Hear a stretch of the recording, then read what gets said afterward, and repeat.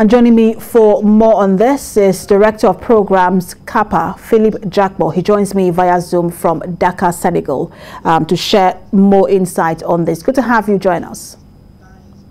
It's a pleasure being here.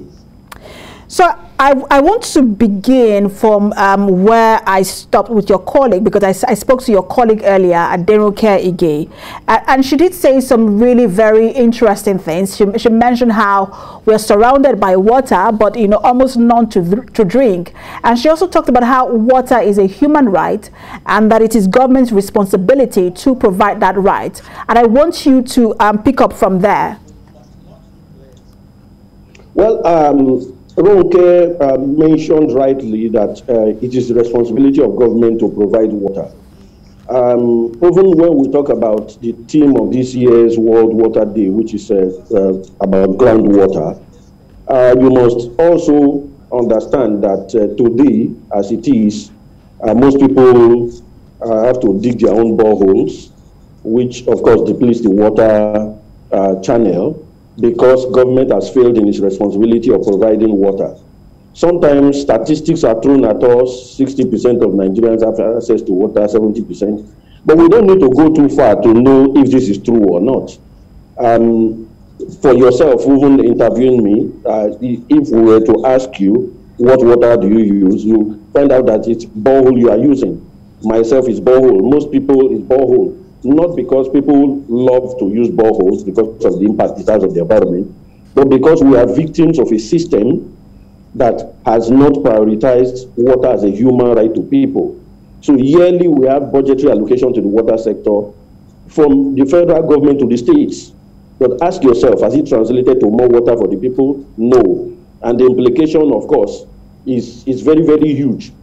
The theme of this year's World Water Day, of course, the groundwater. But even the meeting in Dakar here, you have two major sectors, having a meeting. You have the private water promoters participating in the World Water Forum, and then you have civil society organizations, those who believe that water is a human right, holding the Alternative World Water Forum, which of course I am attending, just like other civil society groups under the Water Rights Africa Coalition. And what we are saying is that water should not be a commodity.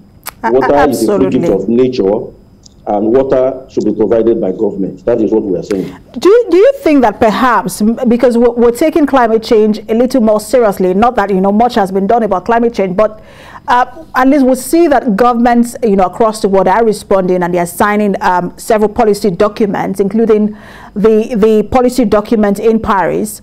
Do you think that perhaps maybe there should be a global push for a policy document binding on all governments to provide water? I saw a documentary today where people, I can't remember the exact country now, but it just really broke my heart to see children dying of drought. And this is not starvation, this is about drought, water. And so what do you think can be done globally to ensure that governments begin to provide water for citizens? I think you are very, very right when you mention that there's need for something to happen globally to make it water as a human right, universal access, a possibility. But unfortunately, the corporations that are pushing for water to be a commodity, that are pushing for privatization, they are also big corporations globally. You have Suez, you have Veolia. These are big corporations. Unfortunately, they are also now targeting Africa to push this idea of privatization of water. That's why you hear of PPP, that's public-private partnership in the water sector. And unfortunately, in Nigeria, it's not almost every state of the federation is talking about public-private partnership, which is an abdication of responsibility. So, like you mentioned, truly, if there's this global push to make water as a universal right happen, I think that is the way to go. In 2010, the United Nations declared water as a human right. So the responsibility is on governments to ensure that their people have unfettered access to water. Without this, the implications are very, very grave. And rightly, like you mentioned, the issue of climate change, as the climate continues to change, you are going to have stresses on the few available bodies of water and the groundwater that we drink, and that is going to have implication on health. You are going to have more women and girls going very, very far to get water. It's going to have implication on education, because the girl child who is supposed to be in school, she has to go very far. Goes around to start looking for water. So, yes, I mean, it has several implications, and it's a huge problem. I wonder why this is not on the front burner, why we are not talking about this. Hopefully, the right person is listening and doing something about it, even as we speak. Thank you so much for talking to us. Director of Programs, Cappa, Philip Jakpor. Thank you for talking to us. Thank you.